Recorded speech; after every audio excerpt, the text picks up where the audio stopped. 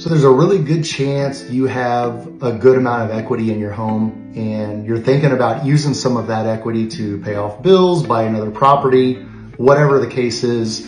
One thing I would not recommend you do right now is refinance your house, especially if you have a really low interest rate, because if you do a cash out refinance, which is a more traditional approach to liquidating the equity in your home, your whole mortgage gets paid off, you start a new mortgage, and the interest rate is going to go up to whatever the prevailing market rate is today, which is very likely much, much higher than what it was a few years ago when you purchased that home or when you last refinanced it. A better option would be to look into either a home equity line of credit, which is also known as the HELOC, or a fixed rate equity loan.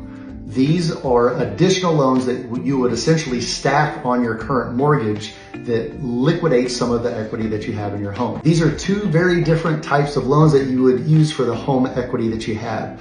A home equity line of credit, or a HELOC, is exactly that. It's a line of credit. It's a revolving trade line. So imagine I give you a MasterCard and your credit limit on that MasterCard is equivalent to the amount of equity that you have in your home.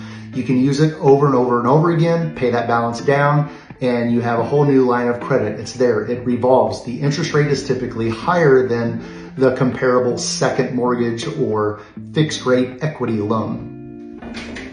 The second mortgage or fixed rate equity loan is going to be a set amount of dollars relative to the amount of equity that you have in your home. It's an installment loan. It's not a line of credit. So when you pay that installment loan off, it closes out.